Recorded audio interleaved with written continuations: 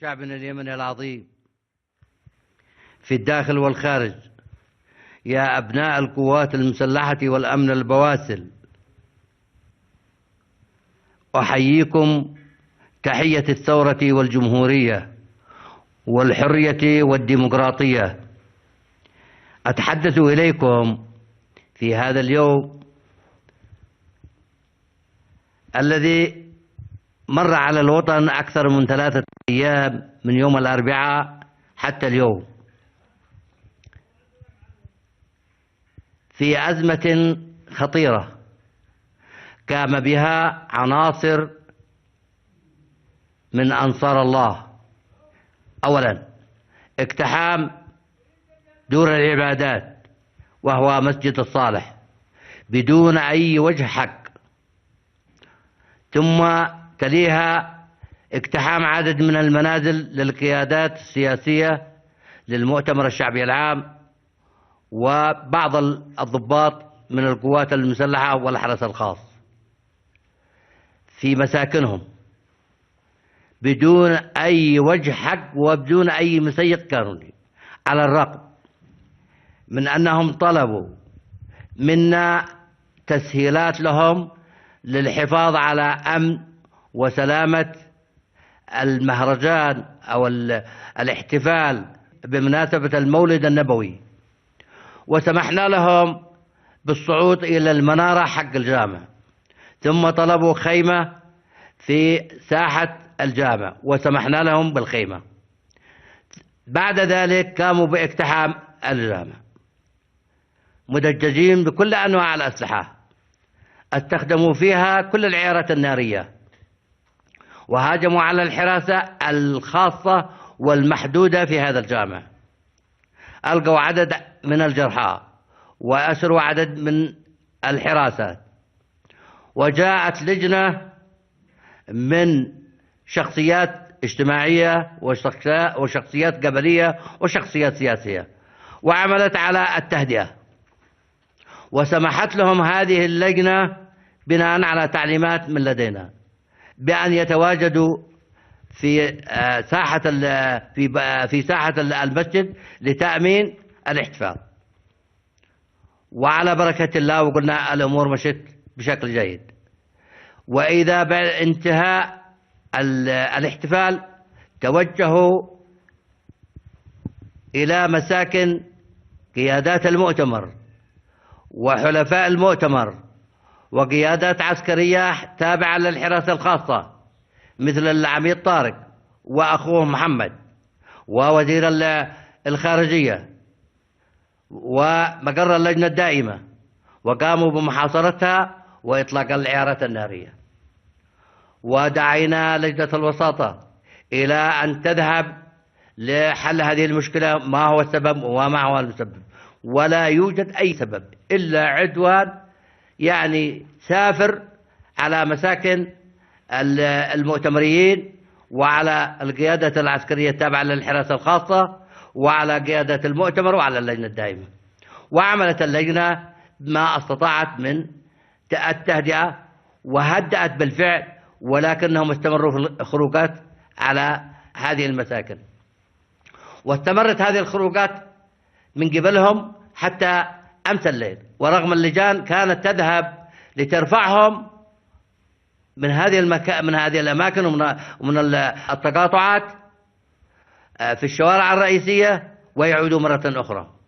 واستمرت هذه الاستحداثات وقطع الطرق وإرهاب المواطنين وإخافة السبيل وإطلاق العيارات النارية على مساكن هؤلاء الضباط والسياسيين من المؤتمر الشعبي العام والمارة في الشوارع، المارة العامة، أطفال ونساء، وقتل أكثر من شخص مدنيين عابرين الطريق.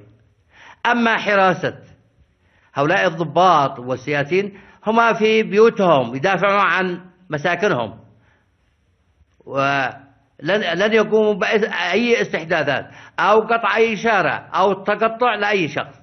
هذا ما حصل، وآخرها مساء أمس الليل اعتداء سافر وطولة الليل بكل أنواع الأسلحة وبكل أنواع الأسلحة الثقيلة والمتوسطة حتى هذه اللحظة، وهما لا زالوا يعني يعتدوا على بعض المساكن.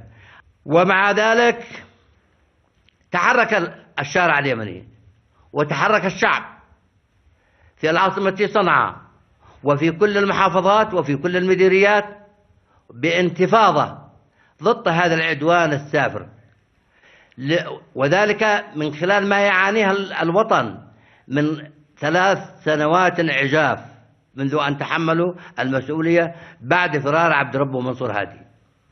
لا مرتبات ولا دواء ولا مأكل ولا مشرب ولا أمان. يقوموا بتجيش الأطفال الصغار ويزجوا بهم في معارك عبثية، في معارك عبثية. صحيح في عدوان، ما ننكرش في عدوان غاشم، ولكنهما جزء من السبب لهذا العدوان، هما جزء لا يتجزأ من سبب العدوان بسبب تصرفاتهم الحمقى، ليس في الداخل ولكن مع الآخرين تصرفات حمقى. ومع ذلك أننا في هذا اليوم 2 ديسمبر أدعو كل جماهير شعبنا العظيم في كل المحافظات، في كل المديريات، في كل العزل، في كل الأحياء، في كل مكان، إلى أن يهبوا هبة رجل واحد للدفاع عن الثورة والجمهورية والوحدة والحرية من قبل هذه العناصر التي قامت بهذا العمل الغير مسؤول منذ 3 سنوات، وهي تعبث بمقدرات الشعب وتنهب المؤسسات وتقتحم المصالح الحكومية والوزارات، لا لشيء إلا لانتقام من الثورة والجمهورية، من النظام الجمهوري، من الثوار، من فجروا ثورة سبتمبر، ومن حققوا وحدة اليمن، ومن دافعوا عنها، انتقام من الثوار وثورة سبتمبر. فأدعو جماهير الشعب مرة أخرى إلى أن يؤدوا واجبهم، وأدعو القوات المسلحة والأمن أن لا تقبل أي تعليمات من قيادة أنصار الله في أي مرفق وفي أي مكان. القوات المسلحة والأمن وأجهزة الدولة بالكامل أن لا تنفذ أي تعليمات. نفذوا تعليمات المؤسسة العسكرية الممثلة بالقيادات الوطنية التاريخية التي شملتهم هيكلة هادي وشملتهم التصفيات من قبل قيادة أنصار الله. ومرجعيتكم هو قيادة المؤتمر الشعبي العام وحلفائه، وأننا أدعو الأشقاء في دول الجوار والمتحالفين أن يوقفوا عدوانهم، وأن يرفعوا الحصار، وأن يفتحوا المطارات، وأن يسمحوا للمواد الغذائية والطبية وإسعاف الجرحى وإيصال العالقين في الخارج إلى الوطن. وسنفتح معهم صفحة جديدة للتعامل معهم بحكم الجوار. سنتعامل معهم بشكل إيجابي ويكفي ما حصل في اليمن وما حصل لديهم. ونحن نتعهد لأشقائنا وجيراننا أننا بعد وقف إطلاق النار وإيقاف التحركات على الأرض وفتح المطارات ورفع الحصار نتحاور مباشرة كسلطة شرعية ممثلة بمجلس النواب. مجلس النواب هو الممثل الشرعي للبلاد، وهو الذي سيتحمل المسؤولية خلال الفترة القادمة. فأدعو مرة أخرى كل الأشقاء المتحالفين إلى إيقاف إطلاق النار وفتح المطارات والسماح للعالقين بالعودة والسماح للمواد الغذائية والطبية للدخول إلى اليمن. أكرر مرة أخرى تحياتي لصمود شعبنا الذي تحمل خلال هذه أكثر من 2.5 سنين الحصار والقصف البري والبحري والجوي والقصف والتعسف والتعسف من قبل أنصار الله في مؤسسات الدولة وفي كل مكان. يعني عمل انتقامي تماما. يا جماهير شعبنا انتفضوا لثورتكم وانتفضوا لوحدتكم من المهرة حتى ميدي ومن باب المندب حتى صعطة. حافظوا على أمنكم وعلى استقراركم.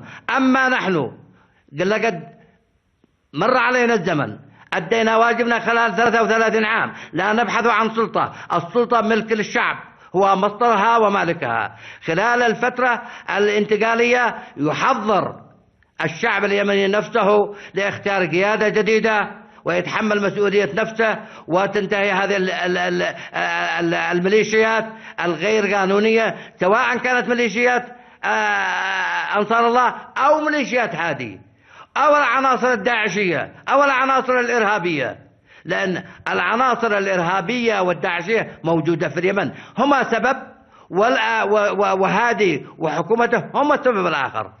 فأدعو كل جماهير شعبنا وأدعو كل القوى السياسية إلى الصفح، ونمد أيدينا لكل القوى السياسية في الداخل والخارج، ونتفاهم ونحل مشكلتنا بأنفسنا، لا أحد يحل مشكلتنا من الخارج، لا تحل مشاكلنا إلا اليمنيين بيناتهم البين. تحياتي لكم يا أبناء شعب سبتمبر، تحياتي للمؤسسات العسكرية والأمنية وكل جماهير شعبنا الصابر والصامد.